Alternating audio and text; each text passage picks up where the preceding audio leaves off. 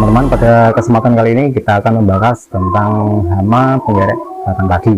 Itu salah satu hama yang paling sulit untuk dikendalikan. Hama penggerek batang padi menjadi salah satu organisme pengganggu yang kerap menjadi tamu petani pada saat musim tanam.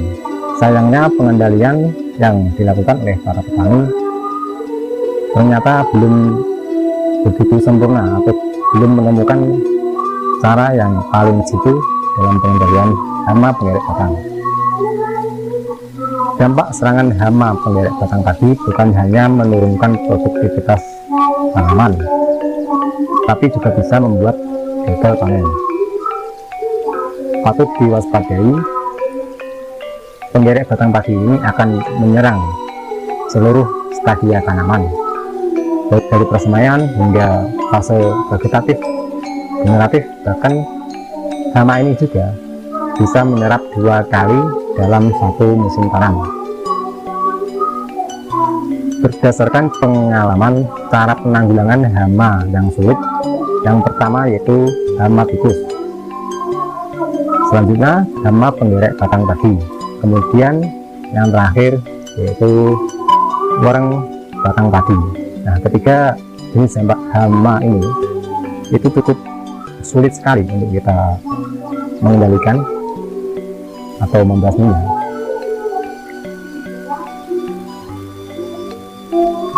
Begitu sulitnya pengendalian hama ini karena hama tersebut mempunyai siklus metamorfosis yang sempurna, teman-teman. Dari mulai telur, larva, pupa, dan ngap berlangsung cepat. Satu siklus hidup hama penggerek batang padi hanya 50-60 hari saja jika umur padi 150 hari, teman-teman. Maka padi bisa terserang 2 kali. Ini harus diperhatikan petani. Patut diwaspadai juga bahwa penggerek batang padi ini bisa bermigrasi jauh, teman-teman, apalagi jika dibantu cahaya. Khususnya di wilayah utara Jawa, nyengat penggerek batang padi bisa terbawa cahaya lampu kendaraan. Meski nyengat, penggerek batang padi akan mati dalam 5-7 hari. Tapi sekali bertelur bisa bertelur cukup banyak sekali, yaitu dalam kelompok telur antara 200-300 telur, teman-teman. Dan ini sangat membahayakan. Larvanya sangat berbahaya. Pasalnya larva akan menyerang tidak hanya satu batang padi yang bisa pindah ke tanam lain. Penggerek batang padi perlu dideteksi secara dini, teman-teman, sehingga penanggulangan sedini mungkin. Dari mulai pembibitan, kalau ada serangan berarti sudah sangat telat, teman-teman. Sekarang kita kenali dulu gejala serangannya. Perubahan iklim membuat OPT meningkat.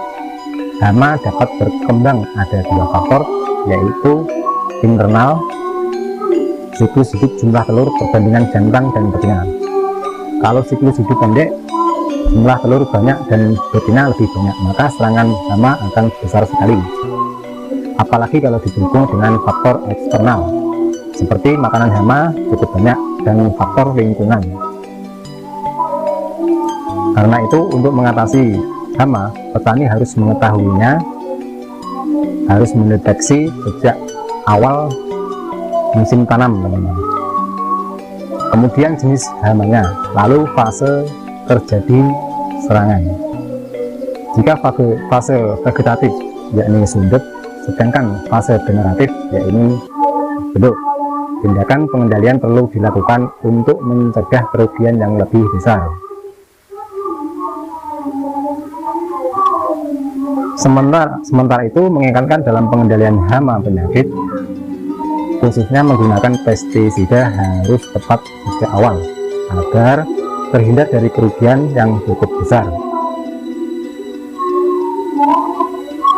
Namun ketika serangan penggerek batang padi tinggi, petani salah dalam melakukan pengendalian, misalnya menggunakan insektisida kimia secara berlebihan, menggunakan pestisida tidak resmi, bahkan mencampur berbagai pestisida.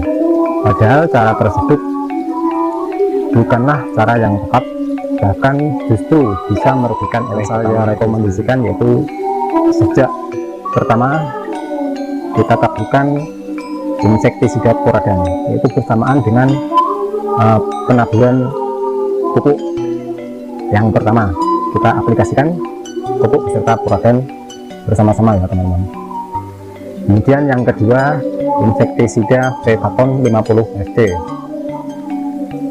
Ini sangat ampuh sekali, bahkan sudah saya pakai secara bertahun-tahun dan hasilnya cukup bagus sekali bagi tanaman kita. Kemudian yang ketiga yaitu Abasel, insektisida racun penderek batang padi dengan jenis racun kontak dan lambung yang berbahan aktif abamectin. Ini juga sangat mantap, terutama untuk penderek batang padi. Kemudian ada lagi yang keempat yaitu Emamectin dengan bahan aktif Emamectin yang diklaim selangkah di depannya bahan aktif Abasel, teman-teman.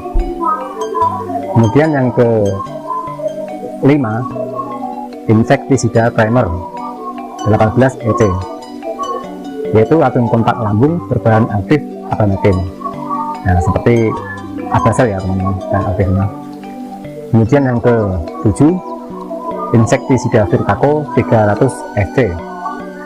Nah, ini saya rasa cukup bagus sekali karena dilihat dari harganya juga cukup mahal. Tentunya harga itu sebanding dengan kualitasnya ya teman-teman.